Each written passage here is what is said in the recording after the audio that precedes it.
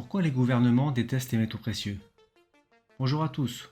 Aujourd'hui, nous allons voir ensemble pourquoi les gouvernements détestent les métaux précieux et surtout que les peuples en détiennent.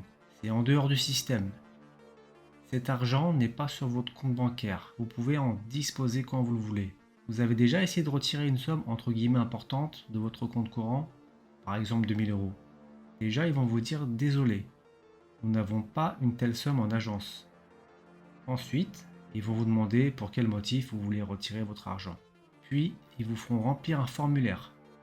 La personne vous dira désolé, c'est obligatoire, c'est le dispositif TRACFIN. Pour résumer, l'argent sur votre compte n'est officieusement pas à vous.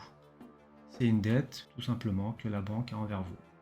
Et si un jour les choses tournent mal, le gouvernement, pour protéger les banques, n'hésitera pas à limiter les retraits, comme on l'a vu récemment au Liban. La thésaurisation. Quand je vois cet article de presse, je me dis que malheureusement beaucoup de Français font entièrement confiance à la monnaie fiduciaire. Comment peut-on garder de l'argent sans valeur intrinsèque sous son matelas? Surtout avec l'inflation de nos jours. Bon, si c'est pour le dépenser à court ou moyen terme, pourquoi pas. Vous trouverez sur Facebook par exemple des tas d'annonces de personnes qui revendent des billets en francs. Pas les anciens francs, ceux juste avant l'euro. Sur cet exemple, cette personne vend ses billets. Il y en a beaucoup. Je pense que ces billets ont été découverts tardivement, après la date limite de conversion franc-euro. C'était le 18 février 2012. Sinon, je vois pas l'intérêt de garder une somme aussi importante en francs. D'ailleurs, je trouve que c'est du vol, qui est une date limite de conversion des francs en euros. Pas vous? Dernier cas de figure. La personne pensait peut-être que sa valeur en collection vaudrait peut-être un jour plus que sa valeur faciale. Quoi qu'il en soit, il y a au total 26 500 francs. Aujourd'hui, cette personne en demande 300 euros. Si ces billets avaient été convertis en euros en 2002, ça aurait fait 4040 euros. Maintenant, si cette personne avait converti cette somme en or en 2002 au lieu de les garder en billets, elle aurait pu acheter 65 Napoléon 20 francs or.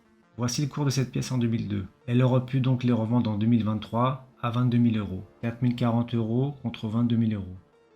La perte de confiance dans la monnaie fiduciaire. La valeur de la monnaie fiduciaire a été entièrement décimée ces 100 dernières années, depuis la création de la Fed en 1913. Le graphique que je vous mets à l'écran nous montre comment la monnaie fiduciaire a perdu de sa valeur par rapport à la vraie monnaie, c'est-à-dire l'or. Toutes les principales devises ont perdu de 97 à 99% de leur valeur par rapport à l'or. Il ne leur reste plus qu'à perdre entre 1 et 3% avant d'atteindre 0. Mais en partant du point actuel jusqu'à 0, ça représente pour nous une autre chute de 100%, ce qui serait désastreux pour le monde et engendrerait un effondrement économique ainsi que l'hyperinflation. Dans un ultime effort pour sauver le monde, les gouvernements risquent d'imprimer des quantités illimitées de monnaie. C'est ce qui rendra la monnaie sans aucune valeur. Elle atteindra 0. Ce n'est pas nouveau dans l'histoire. Les gouvernements l'ont toujours fait. Les Romains l'ont fait, ainsi que plusieurs gouvernements. J'aime ces citations de Voltaire. En 1729, il a dit « Une monnaie papier basée sur la seule confiance dans le gouvernement qui l'imprime finit toujours par retourner à sa valeur intrinsèque, c'est-à-dire 0. » Conclusion. Vous l'aurez compris, les gouvernements feront tout pour que vous gardiez confiance dans la monnaie fiduciaire. Ils ont en leur possession un outil formidable pour eux, la planche à billets. Donc tout concurrent sera dénigré. Ils maintiendront aussi longtemps qu'ils le peuvent les prix bas, entre guillemets. Car si les prix des métaux précieux explosent, cela voudrait tout simplement dire que les peuples n'ont plus confiance en leur monnaie. Les plus grands concurrents de la monnaie fiduciaire sont l'or et l'argent, car ils ont été de la monnaie pendant des milliers d'années. Et vous, qu'en pensez-vous? Dites-le moi dans les commentaires. Merci et à bientôt.